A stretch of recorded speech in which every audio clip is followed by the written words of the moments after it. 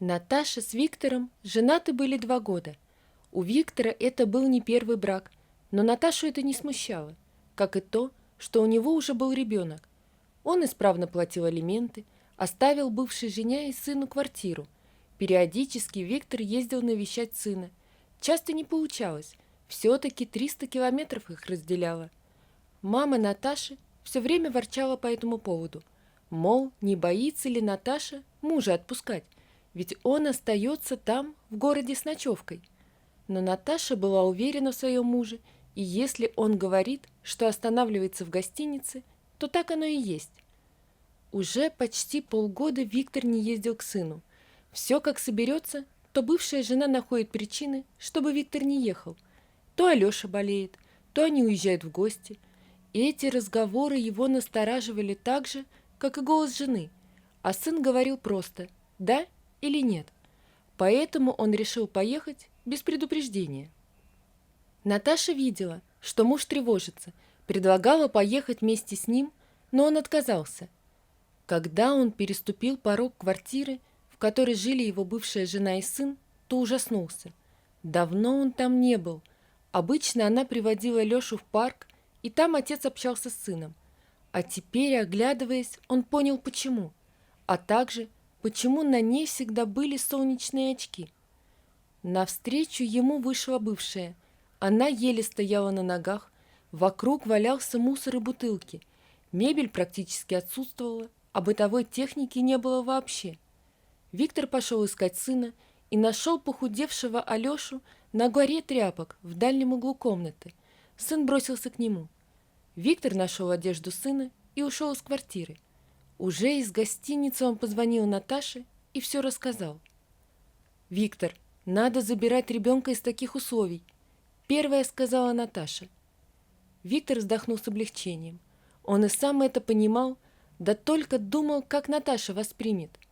Он взял на работе отпуск, чтобы решить все вопросы по закону. Пока Алешку положили на обследование, он поехал домой. Прошло время, которое Наташе и Виктору казалось вечностью.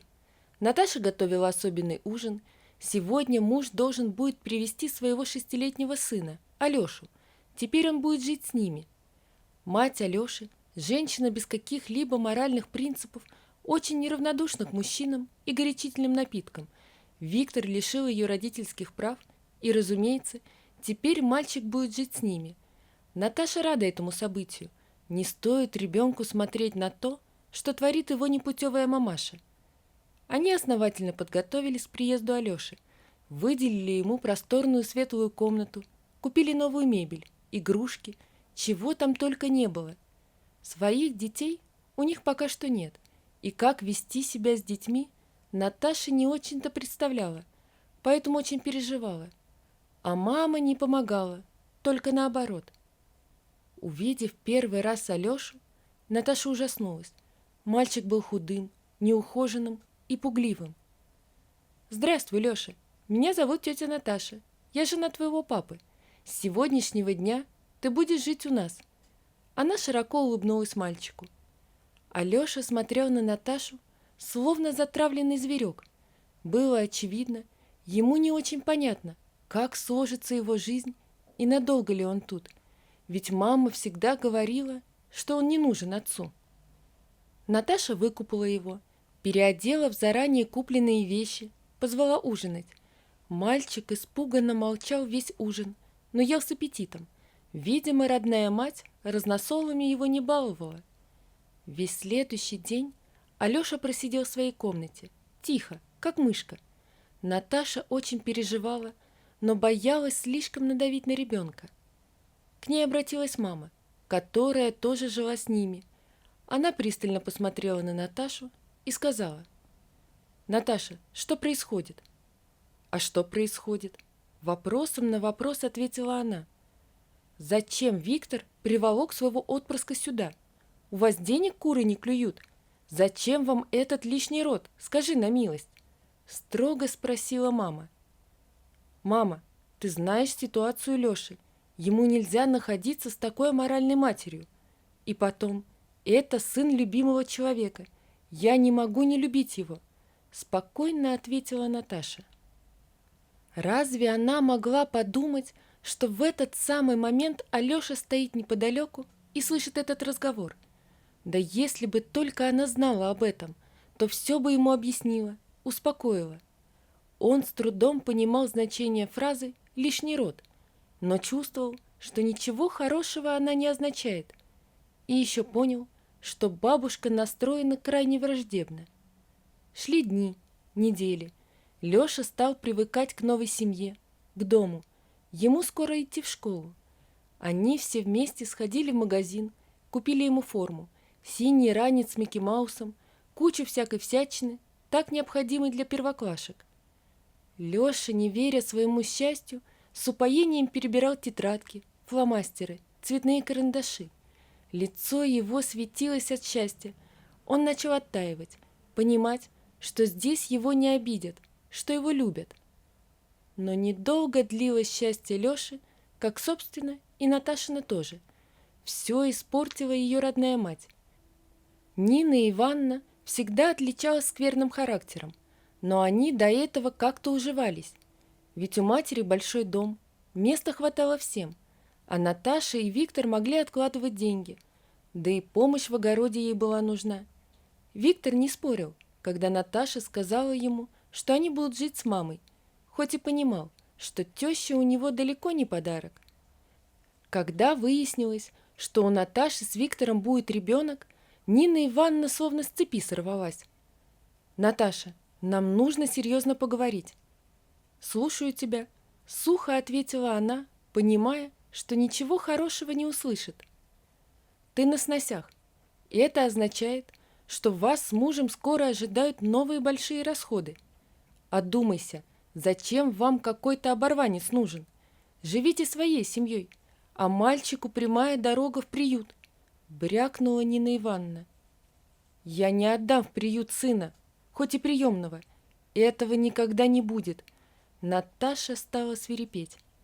«Я очень привязалась к ребенку, и ты меня не переубедишь. Он ведь не игрушка какая-то, который поиграл и отдал. Он живой, он хороший, и я его люблю». «Да, тоже мне сын. Да он тебя мамой за все это время ни разу не назвал. Какой он тебе сын? Очнись уже. Совсем ты у меня бесхарактерная, все готова стерпеть. Отдайте его в детдом. Не нужен вам лишний род. Свой ребенок родится, вот его и кормите, а этого вон отсюда. Да и в конце концов это мой дом, и мне решать, кто тут будет жить». От этих слов у Наташи подкосились ноги. «Мама, а ты не забыла, что это и мой дом тоже? Как минимум его половина. И что ты сама просила жить с тобой?» Нина Ивановна хмыкнула, развернулась и ушла. Угораздило же Алёше услышать и этот неприятный разговор. Теперь он точно понял, что такое лишний род. И он не хотел, чтобы бабушка выгнала папу и маму. Да, он только в мыслях называет ее мамой, а вслух боится произнести, но давно считает ее мамой. Леша был расстроен тем, что услышал, и принял решение уйти из дома, раз он все равно никому не нужен. Собрав кое-какие вещи в рюкзак, он тихо вышел из дома, чтобы его никто не видел, и пошел по дороге, которая вела из села на трассу. Он шел, вытирая слезы рукавом кофточки, и думал, куда ему теперь идти, что делать. Может, пойти к той маме? Хотя он ей тогда был не нужен, а сейчас и подавней. Ведь за все время она даже ни разу не позвонила. Она давно его забыла, а теперь и тут забудут. Слезы лились не переставая, в горле стоял ком. Было обидно и жалко себя. Он ведь был хорошим, старался во всем помогать. И в школе его бы точно хвалили, ведь он уже умеет читать, решать небольшие примеры. Прописей уже несколько исписал. Дойдя до окраины села, он спустился во враг у дороги и дал волю не только слезам, которые так предательски катились из глаз. Здесь он мог порыдать вслух, всхлипывая и разговаривая. Наплакавшись, он не заметил, как уснул. В это время Наташа позвала Алешу, чтобы шел обедать, но в ответ была тишина. Заглянув в комнату, она его не увидела. Вышла во двор, но и там его не было. Она его звала, но ей никто не отвечал. «Странно», — подумала Наташа, — «он никогда не уходил, не спросив перед этим разрешения». Душой чувствовала, что случилось что-то плохое. Стала звонить мужу, сказала, что не может найти сына. Он сказал, что сейчас приедет. Стала пока искать своими силами. Когда приехал муж, Наташа уже рыдала в 3 ручья, боясь за сына. Ее страх был настолько сильным, что передался и Виктору, так как он тут же позвонил в полицию и собрал соседей для поиска. Никто не отказался помочь, только Нина Ивановна поджала губы и ушла вглубь дома, бормоча, что и к лучшему пропал этот довесок от зятя. Они обыскали все, каждый дом, каждый колодец и улочку, но Леши нигде не было. Еще немного времени, и станет темно. От этого становилось еще страшнее. Когда они дошли до окраины села, Наташа не знала, что и думать. В голове крутилось все самое страшное, что может случиться с маленьким ребенком. Она корила себя, что не смогла уехать от матери, ведь они не скопили еще нужной суммы, а скоро будет еще ребенок. Надо было продать этот дом, разделить деньги и купить 2 домика поменьше, ведь половина дома принадлежала Наташе. Дом этот – ее отца, первого мужа Нины Ивановны. С этими мыслями она дошла до оврага. У Виктора тоже крутилось в голове, что он виноват, что надо было еще больше работать, чтобы подкопить и съехать в свое жилье. Они присели на бугорок у оврага, чтобы немного отдохнуть. Наташа плакала. Виктор как мог пытался ее утешить. «Это я виноват. Не уделял время сыну. Свалил все на тебя, а должен был быть рядом с вами. Прости меня». «Ничего такого. Что ты говоришь? Главное сейчас, чтобы Леша нашелся. Если с ним что-то случится, я не переживу этого». И тут они заметили, как во враге что-то шевельнулось. О боже, это был Леша, живой и здоровый. Он был сонный, заплаканный и перепуганный появлением взрослых. Наташа ринулась, чтобы спуститься во враг, но Виктор ее опередил. Что она чувствовала в тот момент, не передать словами. Наташа так рыдала, прижимая его к себе, и, чувствуя, как он замерз, натягивала на него свою кофту, целовала макушку. «Леша, сыночек», — плакала она, — «зачем ты убежал? Я так за тебя волновалась». «Я думал, что не нужен вам. У вас ведь будет свой ребенок, а я ведь лишний род в семье. Я слышал, как бабушка сказала, что меня нужно в детский дом отдать», — плакал он, уткнувшись в шею. «Что ты, сынок, я ведь тебя так люблю, я никогда тебя не оставлю и никому тебе не отдам. Если ты уйдешь, как я жить без тебя буду?» Они долго стояли, обнявшись втроем, а позже Леша взял за руку Наташу и сказал: «Пошли домой, мама». Вернувшись домой, Наташа серьезно поговорила с мамой, чтобы она со своими советами в их жизнь больше не лезла, а она, обидевшись, уехала жить в город к другой дочери, а так оно может быть и к лучшему. Потом они решили выкупить долю у Нины Ивановны. Все-таки Наташа любила этот дом, а Нина Ивановна купила квартиру недалеко от второй дочки, а про Наташу и вспоминать не хотела. Конечно, обидно было Наташе, но что тут поделать? Может, когда-нибудь Нина Ивановна поменяет свое отношение к Леше. Ей так и сказали, что будут рады видеть в гости, когда признают внука. А Леша с тех пор называет Наташу мамой. Пошел в 1 класс, хорошо учится, и она гордится, что у нее есть такой сын. Вскоре родилась Дашенька.